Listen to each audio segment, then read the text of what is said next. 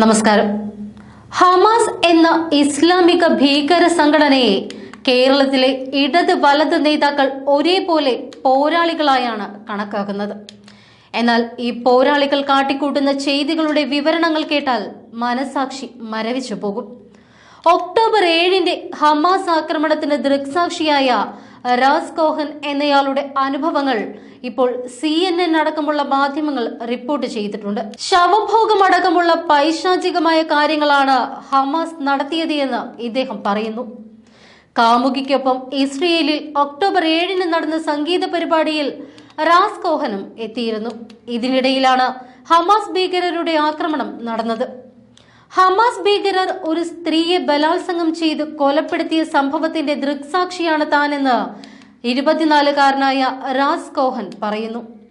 അന്ന് നടന്ന ആക്രമണത്തിൽ അദ്ദേഹത്തിന്റെ കാമുകി മായകിനെയും ഭീകരർ കൊലപ്പെടുത്തി. ആക്രമണം നടന്നതോടെ ഞാൻ ഒളിച്ചിരുന്നു. ഇതിനിടയിൽ ഒരു വാനിൽ 5 പേർ വന്നിറങ്ങി ഒരു സ്ത്രീയെ ബലമായി പിടികൂടുന്നത് ഞാൻ കണ്ടു. അവർ എല്ലാവരും ചേർന്ന് അവളുടെ വസ്ത്രവും വലിച്ചഴിച്ചു. ശേഷം അതിലൊരാൾ ആ സ്ത്രീയെ ബലാത്സംഗം ചെയ്തു. തുടർന്ന് ഒരു കത്തിയെടുത്ത് അവളെ കൊലപ്പെടുത്തിയതിനു ശേഷം മൃതദേഹത്തെയും ഭീകരർ ഭോഗിച്ചു. അതിനെല്ലാം ഞാൻ ദൃക്സാക്ഷിയാണ്. ഇപ്പോഴും അവളുടെ ശബ്ദം എന്റെ കാതിലുണ്ട്. ഒന്നും ചെയ്യാൻ സാധിക്കാതെ അവൾ പൊട്ടിക്കരയുകയായിരുന്നു. പക്ഷേ ഹമാസ് ഭീകരർ പൊട്ടിച്ചിരിക്കുകയായിരുന്നു. അപ്പോഴും ഇതെല്ലാം ഒരു രസത്തിന് വേണ്ടിയാണ് അവർ ചെയ്യുന്നത് എന്നാണ് എനിക്ക് തോന്നിയത്. നിരവധി പേരെ അവർ കൊലപ്പെടുത്തി. ഇതെല്ലാം അവർക്കൊരു വിനോദമാണ്. സ്ത്രീയെ ബലാത്സംഗം ചെയ്തതിനു ശേഷം ഹമാസ് ഭീകരർ ദമ്പതികളെയും ആക്രമിച്ചു. അവരെ ആയുധങ്ങൾ ഉപയോഗിച്ച് കൊലപ്പെടുത്തി. അവിടെ നിന്നും ഓടി രക്ഷപ്പെടണമെന്നത് മാത്രമായിരുന്നു എന്റെ അന്നേരത്തെ ചിന്ത. അതിനാൽ ഞാൻ ഓടി. ഇതിനിടയിൽ ഞാൻ ഒരു പെൺകുട്ടിയെ കണ്ടിരുന്നു. അവളുടെ തലയിലേക്കും ഇവർ നിറയൊഴിച്ചു. അവളെയും രക്ഷപ്പെടുത്തണമെന്ന് എനിക്ക് തോന്നി. പക്ഷെ കഴിഞ്ഞില്ല. അതുകൊണ്ട് അവിടെ നിന്നും ഞാൻ ഓടുകയായിരുന്നു. രക്ഷാപ്രവർത്തകരെയും കാത്ത് 9 മണിക്കൂറോളമാണ് ഞാൻ കുറ്റിക്കാട്ടിൽ ഒളിച്ചിരുന്നത്. അന്ന് നടന്ന ആക്രമണത്തിൽ എന്റെ കാമുകിയും കൊല്ലപ്പെട്ടിരുന്നു. കോഹൻ തന്റെ നടുക്കുന്ന ഓർമ്മകൾ പങ്കുവെക്കുന്നത് ഇങ്ങനെയാണ്. ഹമാസ് ക്രൂരതയുടെ തെളിവുകൾ ഇസ്രയേൽ UN മുൻപാകെയും സമർപ്പിച്ചിട്ടുണ്ട്. ഈ വിവരങ്ങൾ UN പ്രതിനിധികൾക്ക് നൽകുമ്പോൾ ഇസ്രയേൽ പ്രതിനിധി സിംചാറ്റ് ഗ്രേമാന് പലതവണ കണ്ഠമിടറിയെന്ന് CNN റിപ്പോർട്ട് ചെയ്യുന്നു.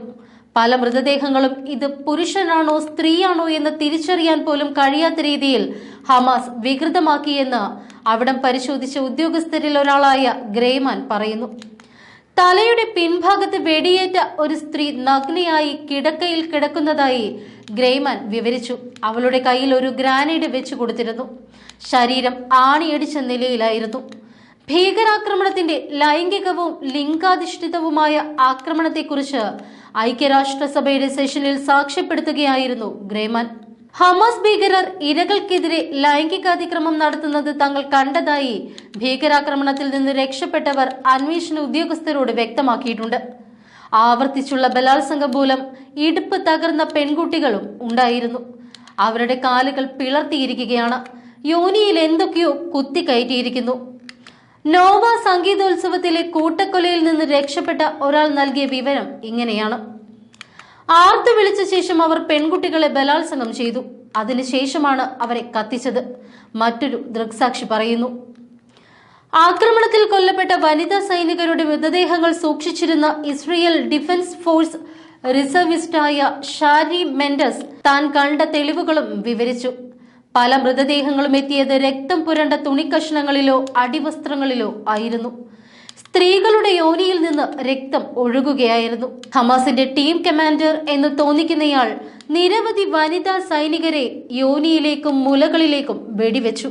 ഒരു കൂട്ടം ഇരകളുടെ ആസൂത്രിതമായ ജനനേന്ദ്രിയ ഛേദം നടക്കുന്നതായി തോന്നുന്നു എന്നും ഷാരി മെൻഡസ് റിപ്പോർട്ടിൽ പറയുന്നു. ഇസ്രയേൽ പാർലമെന്റായ നെസറ്റ് ഹമാസിന്റെ ലൈംഗിക അതിക്രമങ്ങളെക്കുറിച്ച് പ്രത്യേക സമ്മേളനം നടത്തിയിട്ടുണ്ട്. ഒരു രാഷ്ട്രം എന്ന നിലയിൽ ഇസ്രയേലിനെ അപമാനിക്കുന്നതിനായി ഹമാസ് സ്ത്രീകളെ ബലാത്സംഗം ചെയ്യുന്നുവെന്ന് നെസറ്റ് അംഗം യൂലിയ മാലിനോവ്സ്കി ആരോപിച്ചു. എന്നാൽ ലൈംഗിക അതിക്രമം ഹമാസ് ആവർത്തിച്ച് നിഷേധിക്കുകയാണ്.